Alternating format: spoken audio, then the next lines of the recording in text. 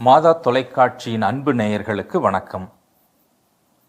புத்தகம் பேசுகிறது நிகழ்ச்சி வழியாக மீண்டும் ஒரு புதிய புத்தகத்தோடு உங்களை சந்திப்பதில் மிக்க மகிழ்ச்சி. இன்று நம்மோடு இந்த புத்தகத்தின் ஆசிரியர் திருமிகு சைதை செல்வராஜ் அவர்கள் நம்மோடு இருக்கிறார்கள். அவர்களையும் மாதா தொலைக்காட்சியின் சார்பாக அன்போடு வருக என வரவேற்கிறோம். வணக்கம் ஐயா. வணக்கம் ஃபாதர். தொலைக்காட்சி அன்பர்களுக்கு என்னுடைய வணக்கமும் வாழ்த்துக்களும். நூலாசிரியர் சைதை செல்வராஜ் பற்றி சொல்ல வேண்டுமென்றால் அவருடைய இயற்பெயர் செல்வராஜ், புனைப்பெயர் சைதாப்பேட்டையில் இருப்பதனால் சைதை செல்வராஜ் என்று தன்னுடைய புனைப்பெயராக வைத்திருக்கிறார்கள். ஸ்டாண்டர்ட் சார்ட்டர்ட் கிரீன்லேஸ் வங்கியிலே ஸ்பெஷல் அசிஸ்டண்டாக 34 ஆண்டுகள் பணிபுரிந்து ஓய்வு பெற்றிருக்கிறார்கள். 4 சிறுகதை தொகுதிகள், 5 சிறுவர் கதை நூல்கள், 3 நாவல்கள், ஒரு குறுநாவல் இவருடைய படைப்பாக இருக்கிறது. இவை தவிர 120 15 நிமிட நாடகங்களும் தயாரித்து வெளியிட்டிருக்கிறார்கள். ஒரு கட்டுரை நூலையும் வெளியிட்டிருக்கிறார்கள். இவரது நாடகங்கள் ரேடியோ வெரிதாஸிலும் திருச்சி கலைக்காவேரியிலும் சென்னை வானொலி நிலையத்திலும் ஒளிபரப்பப்பட்டுள்ளன என்பது மிகச் சிறப்பு. இவருடைய கதைகள் ஆனந்த விகடன், குமுதம், சாவி, கணையாளி, நம் வாழ்வு, கதைமலர், இன்னும் நிறைய கிறிஸ்தவ பத்திரிகைகளில் இவருடைய சிறுகதைகள் வெளிவந்துள்ளன. ஐயா அவர்கள் எழுதிய நோக்கமாக இந்த புத்தகத்திலே குறிப்பிட்டிருப்பது மனித மேம்பாடு, மனித நேயம், இலக்கிய அழகியலோடு படைப்புகளை உருவாக்குவது ஆகியவை இவருடைய நோக்கமாக இருக்கிறது. கத்தோலிக்க கிறிஸ்தவ கலை இலக்கிய மன்றம் வழங்கிய இலக்கிய செல்வர் என்கிற பரிசினை ஐயா அவர்கள் பெற்றிருக்கிறார்கள். அத்தோடு அமெரிக்க உலக தமிழ் பல்கலைக்கழகம் நாவலுக்கான விருது ஒன்றையும் வழங்கி ஐயாவை கௌரவப்படுத்தி இருக்கிறது. ஆக இப்படி நிறைய பரிசுகளுக்கு சொந்தக்காரர். இன்று நாம் பார்க்கக்கூடிய புத்தகமானது மறக்க முடியாத முகம் என்னும் சிறுகதை புத்தகம்.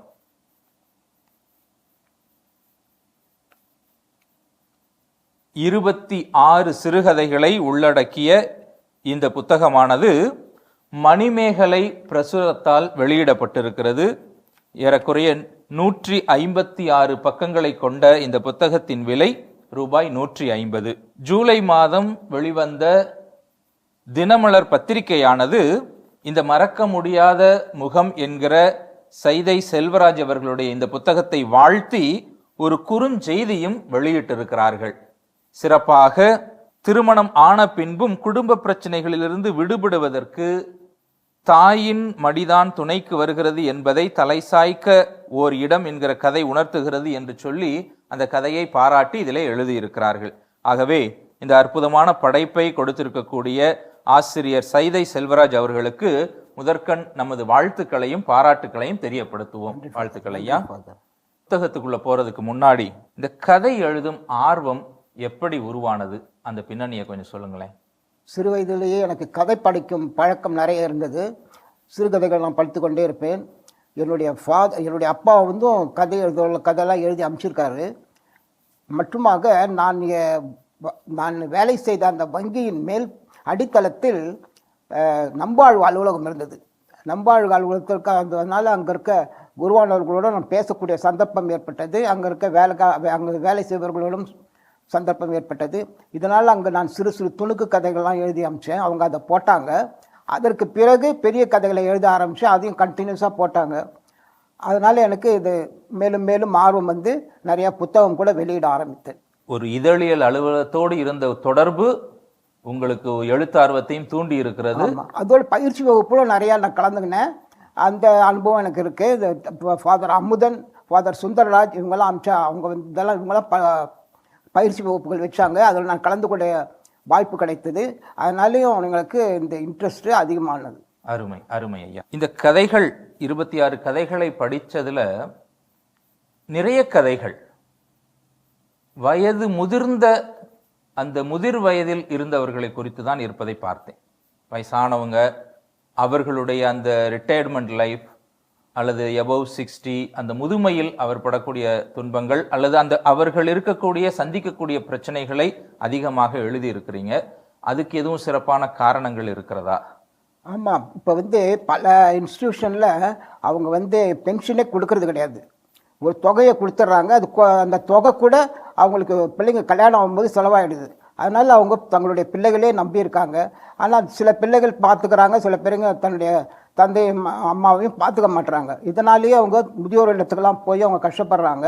அப்படி வீட்டில் இருந்தால் கூட ஒவ்வொருத்துக்கும் ஒவ்வொரு சின்ன கூட செலவு இருக்குது இல்லையா, அந்த செலவுக்காக போய் தங்களுடைய மகன்கிட்ட கேட்கும் போது அவங்களுக்கு மனசு கஷ்டப்படும் இல்லையா.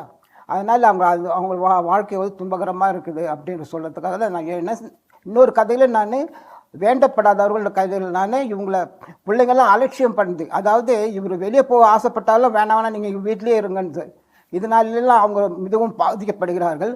அதனால் அவங்களுக்கு அந்த கதையில் நான் அவருக்கு ஒரு நிலம் அதிகமாக அதிக பணத்தால் விற்கிறார். அந்த வித்த பணம் வந்த உடனே அவர் முதியோர் இல்லத்தில் நான் கொடுத்துட்டு அங்கே தான் சேர போகிறேன், இங்கே யாருமே நீங்கள் பேச மாட்டீங்க, அங்கே வந்தாலும் எங்கள்கிட்ட எல்லாரும் பேசின்னு இருப்பாங்க, நாங்கள் வயது முதியோர்கள் நான் இருப்பேன் அப்படின்னு சொல்லிட்டு அவர் சொல்கிறார். ஆக முதியவர்கள் அவங்களுடைய வயசான காலத்தில் சின்ன சின்ன செலவுகளுக்கு கூட பிள்ளைங்க கையை ஏந்தி நிற்கக்கூடிய ஒரு அவலம் என்பது ரொம்ப கஷ்டம். அட்லீஸ்ட் பிள்ளைங்க அதை புரிஞ்சுக்கிட்டு முன்கூட்டியே அவங்க கேட்காமலே ஏதாவது ஒரு ஏற்பாடுகளை செய்து கொடுக்கலாம் அப்படிங்கிறது உங்களுடைய கருத்துக்களாக இருக்கலாம். இல்லை இந்த முதுமைக்கான தீர்வு முதியோர் இல்லத்தில் சென்று வாழ்வது மட்டும்தானா அப்படி நினைக்கிறீங்களா? இல்லை, இவங்க தன்னுடைய லைஃப்பை அவங்க பிளான் பண்ணணும். அவங்க சிறு வயதுலேருந்தே அவங்க பணம் சேர்த்துக்கிட்டே வரணும். சேர்த்துக்கிட்டே தன்னுடைய முதுமைக்காக அவங்க பணம் சேர்க்கணும். ஏன்னா 60 வயசுக்கு மேலே நம்ம ஜீவிச்சா நம்மளுக்கு மெடிக்கல் செலவு நிறையா ஆகும் இல்லையா. அது அப்பப்போ செக் பண்ணிக்கணும் உடம்பை. அதனால் நமக்கு செலவுக்கு தகுந்த மாதிரி முதல்லையே நம்ம சேர்த்து வச்சுட்டு அந்த முதியோர் ஆனோடனே அந்த வட்டியில் அந்த பேங்க்கில் போட்டோம்னா வட்டி கிடைக்கும். அந்த வட்டியில் நம்ம ஜீவிக்க கற்றுக்கணும். அரசு வேலைகள் அல்லது தனியார் வேலையாக இருந்தாலும் மாத வருமானத்தில் சம்பாதிப்பவருக்கு இது சரியாக இருக்கலாம். ஆனால் அன்றாடம் கூலி வேலை பார்த்து வரக்கூடிய முதியவர்களுக்கு இது எந்த அளவுக்கு சாத்தியமாக இருக்குன்னு தெரியல. ரொம்ப கஷ்டம்தான், ரொம்ப கஷ்டம்தான். பெற்றோர்கள் பிள்ளைகளை சார்ந்து வாழ்வது என்பது தவிர்க்க முடியாத ஒன்றாகவும் இருக்குது. அந்த 2வது கதை நான் சொல்லியிருப்பேன், செருப்புன்ற கதையில் அவருக்கு ஒரு கால் செருப்பு கூட வாங்குறதுக்கு முடியல அவர். இப்போ அவங்க ஏதாவது கடைக்கு போக சொல்கிறாங்க, சமயத்தில் வெயிலில் வேவாத வெயிலில் அவங்க ரோட்டில் நடந்தாங்கன்னா காலெலாம் எரியுது. அதனால் அவர் ஒரு குஷ்ணரோகியோட செருப்பை போட்டு வந்துடுவார். அப்போ எல்லாரும் அவங்க வீட்டில் இருக்கவங்க சொல்லுவாங்க, ஐயோ இது குஷ்ணரோகியோட செருப்பு, இதை போட்டு வந்தீங்களேன்னு. சரி இருந்துட்டு போகுது அப்படின்னு சொல்லிட்டு அவர் வேறு வழியில் எனக்கு அப்படின்றார். தாத்தாவின் செருப்பு என்கிற அந்த 2வது கதை 11ஆம் பக்கத்தில் இந்த கதையை கொடுத்துருக்குறீங்க. கதைக்குள்ளே போகிறதுனால வரிசையாக நாம் கதைக்குள்ளும் செல்வோம். அப்போ முதல் கதை தலை சாய்க்க ஓர் இடம். அந்த கதையை குறித்து நீங்களே சொல்லுங்களேன். ஒவ்வொரு ஆண் பிள்ளைக்கும் ஆண் பிள்ளை இல்லை பெண் பிள்ளைக்கும் தாய் அன்புன்றது ரொம்ப முக்கியம். சின்ன வயசில் அவங்க ரொம்ப அவங்கள பெட் பண்ணி அவங்களை தூக்கி வளர்த்து அதனால அவங்களுக்கு தனியாக தன்னுடைய தாய் மேலே அளவுலேருந்து அன்பு ஏற்படுது. முக்கியமாக ஆண் பிள்ளைகளுக்கு இவங்க எதுனாலும் கூட அம்மா கிட்ட தான் சொல்லுவாங்களே தவிர அப்பா கிட்ட சொல்ல மாட்டாங்க. ஜாஸ்தி பேர் நீங்கள் கூட பார்த்துருப்பீங்க, மகன் அப்பா கிட்ட அதிகமாக பேசுகிற நாளோட தாய்கிட்ட அதிகமாக பேசுகிறது தான் அதிகம். ஆனால் இவனுக்கு தாய் அன்பு கிடைக்குது. அதனால் இவன் ஒவ்வொரு கஷ்டத்தையும் அவங்ககிட்ட சொல்கிறான். ஈவன் அவனுக்கு 45 வயசு ஆனால் கூட அவனுடைய பிரச்சனைகள்லாம் கடைசியில் சொல்லிட்டு அழுகுறான். அப்புறம் அவங்க அம்மா கொஞ்சம் ஆறுதல் சொன்னோன்னே அவனுக்கு நல்லா உறங்குறான். சிறு வயது முதலே எப்பொழுதெல்லாம் ரொம்ப பெரிய கஷ்டம் வருதோ அம்மா மடியில் போய் அதை சொல்லி புலம்பி கொஞ்ச நேரம் படுத்திருந்தா அந்த கஷ்டத்திலிருந்து விடுபடக்கூடிய ஒரு நம்பிக்கை அவனுக்கு பிறக்குது. அதை அழகா சொல்லி இருக்கிறீங்க. அது ஒரு தாயினுடைய அந்த மகத்துவம், அந்த உடனிருப்பை ரொம்ப அழகா அந்த கதையில சொல்லி இருக்கிறீங்க. கோயிலுக்கு போயிட்டு வந்தா நமக்கு சில சமயத்தில் நம்ம மனசு கஷ்டமா இருந்தா கோயிலில் போய் வேண்டிக்கிறோம். வேண்டி வந்தாலும் கொஞ்சம் ஆறுதலா இருக்கு இல்லையா. அந்த மாதிரி தான் தாய் அன்பு, தந்தை அன்புலாம். ரிலீஃப் கிடைக்குது அங்கிருந்து. அதை உணர்ந்தவர்களுக்கு அந்த ஒரு ரிலீஃபை கண்டிப்பா புரிஞ்சுக்க முடியும். அருமையாக சொல்லி இருக்கிறீங்க ஐயா. இது 3வது கதை வீடு. அதை வாசிக்கிறப்ப எனக்கே அந்த அனுபவங்கள்லாம் உணர்ந்தது போல் இருந்தது. புதுசாக ஒரு வீடை கட்டுறதுக்கு விலை கம்மியாக இருக்கணும்னு சிட்டியை விட்டு அவுட்டரில் தான் இடம் கிடைக்கும். கரெக்ட். எப்படியாவது ஒரு வீடு இந்த வாடகை வீட்டில் பட்ட கஷ்டங்கள்ல இருந்து மீளணும்னு சொல்லிட்டு ஒரு தனி வீட்டை கட்டிடுவோம். கட்டி முடிச்சதுக்கப்புறம் அவர்கள் சந்திக்கக்கூடிய பிரச்சனை தனிமை, பக்கத்தில் வேற வீடுகள் இல்லை, பயம், அதெல்லாம் அழகா சொல்லியிருக்கிறீங்க. நீங்க உங்களுடைய வார்த்தைகளே அதை கேட்கலாமே. 15ஆம் பக்கம் இருக்கு, நீங்க புத்தகத்துல இருந்து எடுத்து கூட சொல்லலாம். வீடுன்ற கதையில அவர் வந்து அவர் இருக்க இடத்துல வந்து இந்த நிறைய பேர் அங்கே வந்து சிறுநீர் கழிச்சிடுவாங்க. அது மூளை ஒரு 2 தெருவுக்கு நடுவில் இருக்குது. அதனால் அவருக்கு பெரிய தொல்லையாக இருக்குது. அதனால் வேற எங்கேயாவது வீட்டுக்கு பார்த்து போகலான்றாங்க. ஆனால் இங்கே வாடகைலாம் அதிகம். இப்போ வந்து டவுனுக்குள்ளே வாடகை அதிகமாக இருக்குது. அதனால் அவர் வெளியே போய் நம்ம வீடு கட்டிடலாம் அப்படின்னு சொல்லிட்டு அங்கே கூடுவாஞ்சேரி பக்கத்தில் ஒரு வீடை வாங்கி, அந்த காலத்தில், இப்போ கூடுவாஞ்சேரி கூட பெரிய டவுன் ஆகிடுச்சு, அங்கே வாங்கணுன்னு அங்கேயே ஒரு சிஎஸ்ஐ பள்ளிக்கூடம் இருக்குது. பள்ளிக்கூடத்தை பிள்ளைங்களை படிக்க வைக்கிறாரு. ஆனால் அந்த இதை ஒவ்வொரு தாட்டியும் போயிட்டு வரது ஸ்டேஷனுக்கும் அந்த வீட்டுக்கு நான் இப்போ சைக்கிளில் போயிட்டு வந்து ஒரு கஷ்டமாக இருக்குது. மழை காலத்தில் ரொம்ப கஷ்டப்படுறாரு. அந்த சைக்கிள்லாம் கீழே விழுந்து அவரும் கீழே விழுந்துடுறாரு. சேரெலாம் உடம்பு ஃபுல்லாக. அதனால் என்ன பண்ண, திரும்பி நம்ம ஸ்டேஷன் பக்கத்துலேயே ஒரு வீட்டில் வாடகை இருக்கலாம்னு சொல்லிட்டு ஸ்டேஷன் பக்கத்தில் வாடகைக்கு போகிறாரு. வாடகைக்கு கொஞ்ச நாள் இருக்காரு. அதுக்கப்புறம் சரி வீடை போய் பார்க்கலான்னு போனால் அங்கே அந்த கதவு இதெல்லாம் யாரும் தேடின்னு போயிடுறாங்க. ஐயோ, திரும்பி இவ்வளோ செலவு வந்துருச்சேன்னு கஷ்டப்படுறாரு. அந்த ஒரு பரிதவிப்பை அழகா சொல்லியிருந்தீங்க. வாடகை வீட்டில் பல குடித்தனங்கள் மத்தியில் அவர்கள் பட்ட கஷ்டம் ஒரு புறமும், புது வீடு கட்டி போனாலும் அந்த தனிமையில் இருக்கக்கூடிய அச்சம், திருடர் பயம், எப்ப வேணாலும் யார் வேணாலும் வந்து தாக்கலாம், முகமுடி திருட வருவான்னு நைட்டு முழுக்க தூங்காம முழிச்சுக்கிட்டு இருக்கிறது. அந்த மாமா வருவாரு, அவங்க மாமா வந்து முக்காடு போட்டு வர்றாரு, அவங்க முகமுடி திருடம் போறது பயந்துருவார் அவரு. அந்த பயத்தை அழகா பதிவு பண்ணியிருக்கிறீங்க. அந்த கதையை வாசிக்கும் பொழுது அந்த 2 பரிதவிப்புமே மிக அருமையாக பதிவு செய்யப்பட்டு இருக்கிறது. வாழ்த்துக்கள் ஐயா. என்னை மிகவும் கவர்ந்த ஒரு கதை என்று சொன்னால் 7வது கதையாக நீங்க எழுதியிருக்கக்கூடிய பெரிய மனிதர்களும் சின்ன மனிதர்களும்.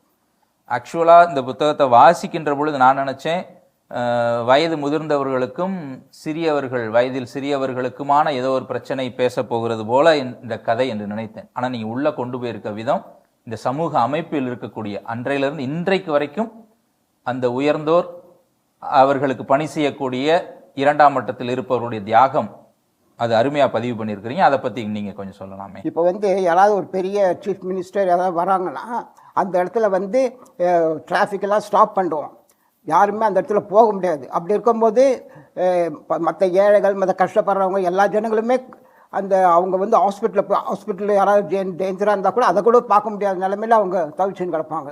அது மாதிரி போன புத்தகத்தில் இதே மாதிரி சிறுவதி பற்றி அந்த கதை எழுதியிருந்தேன். இந்த கதை வந்து எப்படின்னா, பெரியவர்களும் சிறியவர்களும் பணத்தாலேயும் தன் அதிகாரத்தினாலும் பெரிய மனுஷனாக இருக்கவங்களுக்கு, சிறியவர்கள் வந்து அவங்ககிட்ட வேலை செய்கிறவங்க அவங்களுடைய வேலையை தான் கவனிக்க வேண்டியதாகுது. தன்னுடைய வீட்டு வேலையை அவங்களால கவனிக்கவே முடியல.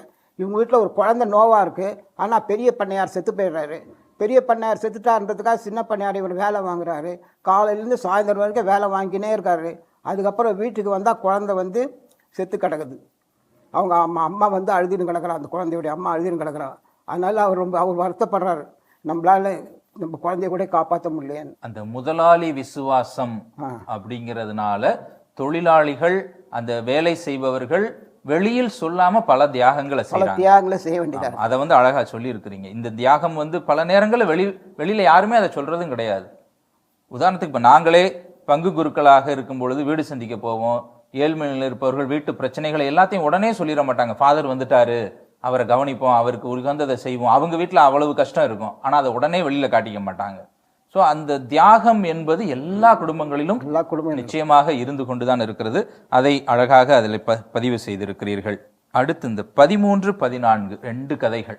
கதையினுடைய கரு ஏறத்தாழ ஒன்றாகத்தான் இருந்தது, ஆனால் வித்தியாசமான கேரக்டர்ஸ் அதுல சொல்லியிருக்கிறீங்க. கருமி பயல் என்கிற அந்த கதையும் அக்கறை இல்லாத அம்மா. கருமி பயல்ன்றது எல்லாம் இந்த 2மே மிஸ் அண்டர்ஸ்டாண்டிங் தான். அவன் வந்து கருமி பயல் வந்து தன்னுடைய தேவையில்லாத செலவெல்லாம் அடக்கிறான். ஆனால் தேவையுள்ள செலவுகளை வந்து குடும்பத்துக்காக செய்கிறான். அவங்க தங்கச்சி வந்து ஒரு கலர் டிவி கேட்குது. இவன் நம்மகிட்ட பிளாக் அண்ட் ஒயிட் டிவி இருக்குது, எதுக்காக நம்ம கலர் டிவி அப்படின்லாம் சொல்கிறோம். அப்போ வந்து அவங்க அம்மா சொல்கிறாங்க, இவன் கருமி பையன் உங்கள்கிட்ட போய் கேட்குறேன் நீ அப்படின்னு. அப்படியே வந்து இந்த மாதிரி ஒவ்வொரு 2-3 இன்சிடென்ட் சொல்லியிருப்பேன். அப்புறம் கடைசியில் வந்து இந்த பொண்ணு, நான் ஒரு கம்ப்யூட்டர் எஜுகேஷன் நான் படித்தா தான் எனக்கு வேலை கிடைக்கும் அம்மா. அண்ணன் சரி அண்ணன்கிட்ட பணம் கேளு அப்படின்றாங்க. அப்போ வந்து அவனுக்கு சரியான கருமி பயிற்சி அவன்கிட்ட உங்களுக்கு கொடுக்க போகிறான் அப்படின்னு அவங்க அம்மா சொல்லுவாங்க. ஆனால் ஆக்சுவலாக அவன் வந்தோடனே என்ன சொல்கிறான், கேட்டோன்னே அவன் கொடுக்குறான்னு சொல்கிறான். ஏன்னா நீ வந்து வேலை செய்ய ஆரம்பிக்கணும், வேலை செஞ்சோன்னா உனக்கு கல்யாணம் பண்ணணும், உன் கல்யாணத்துக்காக நான் நகையெல்லாம் சேர்த்துன்னு தான் இருக்கேன், புடவை எல்லாம் வாங்கி வச்சுருக்கேன், நீ கவலைப்படாத அப்படின்னு ஆறுதலாக சொல்கிறான். அப்போ தான் அவங்க உணர்றாங்க, ஐயோ இவன் நான் சரியான செலவெல்லாம் இவன் எடுத்து செய்கிறான், சின்ன செலவு தான் எதுக்காக வேஸ்ட்டுன்னு விட்டுடுறான் அப்படின்னு கருமி பயன் அந்த கதை. அது உண்மைதான். இன்னைக்கு வந்து எது தேவை, எது அத்தியாவசியம், எது ஆடம்பரம் அப்படிங்கிற வித்தியாசமே நிறைய பேருக்கு தெரியறது இல்லை. ஒரு செல்போன் தேவையாக இருக்கலாம், அது எவ்வளவு ரூபாயில தேவை அப்படிங்கிறத வந்து நிர்ணயம் பண்ணக்கூடியது செல்போன். அது பேசிக் செல்போனாவே இருந்தாலும் போதும் தான். என்ன பயன்பாடு, அதற்குரிய பொருள் இருக்கிறதான்னு நம்ம யோசிக்கணும். ஆனா அது இல்லாம நம்ம ஆடம்பரம் பக்கத்து வீட்டில் இருக்கு, எதிர்த்த வீட்டில் இருக்கு, மேல் வீட்டில் இருக்கு, கீழ் வீட்டில் இருக்கு, நம்ம வீட்டில் இல்லையா, அந்த ஒப்பிட்டு பார்த்து நமக்கும் வேணும் என்று நினைக்கக்கூடிய எண்ணம் இன்று நிறையவே இருக்கிறது. அது அழகா சொல்லி இருக்கிறீங்க. அவங்க முதல்ல வந்து தவறாக தான் புரிஞ்சுக்கிறாங்க, இவன் ஒரு கஞ்சப்பைய கருமி அப்படிங்கிற அந்த கதையை அழகா அதை சொல்லியிருந்தீங்க. அதே தான் அக்கறை இல்லாத அம்மா அப்படிங்கிற அந்த கதையிலையும் ஒரு நடுத்தர குடும்பத்துல வேலைக்கு போற ஒரு பெண்ணுக்கு இன்னும் ஒரு 2 சேலை இருந்தா நல்லா இருக்குமே, இந்த அம்மா பாரு வேலைக்கு அனுப்பி சம்பளத்தை மட்டும் வாங்கிக்கிறாங்க, ஆனா சேலையே ஒண்ணு வாங்கி தர மாட்டாங்கிறாங்களோ அப்படின்னு அந்த பொண்ணு நினைச்சுக்கிட்டு இருக்கும்போது அவங்க அம்மா அந்த சேலை வாங்கி கொடுக்குற அந்த நிகழ்ச்சி, அந்த ஒரு கதை முடிவு. அவன் என்ன பண்றா, வந்து பொய் சொல்லி அம்மா கிட்ட பொய் சொல்லிடுறா. வந்து என்னுடைய ஃப்ரெண்டு அவளுக்கு ரொம்ப தேவையாக உடம்பு சரியில்லாமல் இருக்கான், அவளுக்காக நான் உதவி செய்யணும் அப்படின்னு சொல்லிடுறா அவங்கள. ஆனால் ஆக்சுவலாக இவன் வந்து அம்மா கிட்ட பொய் சொல்லிட்டு தான் புது புடவை வாங்கி வச்சுருக்கா. அப்புறம் தான் அவங்க அம்மா வந்து இல்லடி இன்னைக்கு வந்து நாங்கள் புடவைக்கார் வந்தார், அவர்கிட்ட நான் ஒரு புடவை உனக்காக வாங்கி வச்சுருக்கேன், மாதம் அதில் நம்ம கொடுத்து கழிச்சிக்கலாம் அப்படின்னு அவங்க அம்மா சொல்கிறாங்க. ஐயோ அம்மா அப்படியா, ஐயோ உங்கள்கிட்ட போய் சொல்லிட்டேம்மா, மன்னிச்சுங்கம்மா, இந்த மாதிரி நான் உங்கள்கிட்ட போய் சொன்னதுனால நான் ஒரு புது புடவை வாங்கி வச்சுருக்கேன் அப்படின்னு ஒன்று அவள் காலில் வந்து அவன் மன்னிப்புக்கிறான். நம்ம வீட்டில் இருக்கிறவங்க சில விஷயங்கள் சொன்னால் எதுக்கு சொல்கிறாங்கங்கிறதையும் நம்ம புரிஞ்சுக்கணும். நம்ம பல நேரங்களில் அதை புரிதல் இன்மை தான் பிரச்சனையாகவே இருக்குது. அந்த மிஸ் அண்டர்ஸ்டாண்டிங், தவறாக புரிந்து கொள்ளுதல், புரிஞ்சுக்காம இருக்கிறது ஒன்று, தவறாக புரிந்து கொள்ளுதல் அது அதை விட மோசமான ஒரு நிலைமைக்கு கொண்டு போகுது. அருமையா அந்த கதையில சொல்லியிருந்தீங்கயா. அதே மாதிரி ஒரு மிஸ் அண்டர்ஸ்டாண்டிங் அப்பாவை பற்றியும் ஒரு கதையில சொல்லியிருக்கீங்க. கடைசி கதை. ஆமா, அதுவும் அந்த அப்பா வந்து இந்த பொண்ணுக்கு வந்து நல்ல இடம்லாம் வருது கல்யாணத்துக்கு, ஆனால் அவங்க அப்பா இது வேணான்னு சொல்லி, ஒரு நல்ல இடம் இவன் வந்து ரொம்ப ஆசைப்படுறான் அந்த பையனை கல்யாணம் பண்ணிக்கணும்னு. அவன் பையன் அழகாக இருக்கான், நல்ல சம்பாதிக்கிறான். அப்புறம் அப்பா சொன்னோன்னே, அப்பா என்னுடைய சம்பளம் தான் உங்களுக்கு வேணும் இல்லையா, அதனால தானே நீங்கள் எனக்கு கல்யாணம் பண்ண மாட்டீங்க அப்படின்னு வாய் திறந்தே கேட்டுடுறான். கேட்டோன்னே அவங்க அப்பாவுக்கு ஒரு மாதிரி ஆகிடுது. இல்லைம்மா அது கிடையாதும்மா, அதை பற்றி நான் பையனை பற்றி விசாரித்தேன், அந்த பையன் குடிப்பானா, குடித்தா என்ன தான் சம்பாரிச்சாலும் பிரயோஜனம்லாம் போயிடும், அதனால அது வேணான்னு சொன்னம்மா அப்படின்னு. ஐயோ அப்பா என்னை மன்னிச்சுங்கப்பா, இந்த மாதிரி நான் தப்பாக உங்களை புரிஞ்சுக்கிட்டேன் அப்படின்னு அவன் சொல்கிறான். உண்மையிலேயே குடும்பத்தின் மீது அக்கறையுள்ள தந்தையர்கள் பலர் இருக்கிறார்கள். அந்த தந்தையர்கள் சொல்லக்கூடிய அந்த வார்த்தை அழகா சொல்லியிருந்தீங்க, நான் சித்ராவுக்கு நல்லது தான் செய்வேன், நான் என் பிள்ளைக்கு நல்லது தான் செய்வேன். இது வந்து ஒரு அருமையான ஒரு பதிவு. தந்தையர்கள் நிறைய பேர் தங்களுடைய பிள்ளைகளுக்கு நல்லதைத்தான் செய்வார்கள். நம்பிக்கை வேணும். நம்ம அப்பா மேல நம்ம அம்மா மேல எல்லாம் வந்து குழந்தைங்களுக்கு குறைந்தபட்சம் அந்த நம்பிக்கை இருந்தா, என் பேரண்ட் எனக்கு நல்லது தான் செய்வாங்க அப்படிங்கிற நம்பிக்கை இருக்கணும். அதை வந்து அந்த கதையில அழகா சொல்லியிருந்தீங்க. ஆனா நீங்க எழுதியிருந்த ஒரு 2 கதைகள் சிறுகதைகளுக்குள்ளேயே ஒரு வித்தியாசமான ஒரு கதையாடலா இருந்தது. உதாரணத்துக்கு அந்த 2 கதை என்ன சொல்லணும்னா, துடிக்கும் உயிர்கள் 5வது கதை, அதுவும் சரி, 17வதா நீங்க கொடுத்திருக்கக்கூடிய கடைசி காட்சி அந்த கதையும் சரி. ஒரு கதைக்குள்ளேயே 3-4 உணர்வுகளை அழகா சொல்லியிருப்பீங்க. அது 2 கதையுமே நம்ம பார்க்கலாம்னு நினைக்கிறேன். துடிக்கும் உயிர்கள் 5வது கதையாக பக்கம் 25 எழுதியிருக்கிறீங்க. துடிக்கும் உயிர்களில் வந்து அந்த அவரும் ரிட்டையர்ட் ஆனவர் தான். அவர் வந்து பால்கனியில் உட்காந்துக்கின்னு அவரே வேடிக்கை பார்த்துன்னு இருக்காரு. அப்போ வந்து புல்புல் பறவை வந்து பழந்துன்னே இருக்குது. ஏன்னா அதோடைய குஞ்சை வந்து இன்னொரு காக்கா தூக்கிட்டு போயிடுது. அதனால் புல்புல் பறவை அது சுற்றி வருது, ஆனாலும் அது தூக்கிட்டு போயிடுது. அது பார்த்தோன்னு பாவமாக இருக்குது. அந்த புல்புல் பறவை அதோடைய தாயும் தந்தையும் சுற்றி வருது, ஆனால் அதால் ஒன்றுமே செய்ய முடியல. அந்த குஞ்சை வந்து காக்கா தூக்கிட்டு போய் அது சாப்பிட்ருது.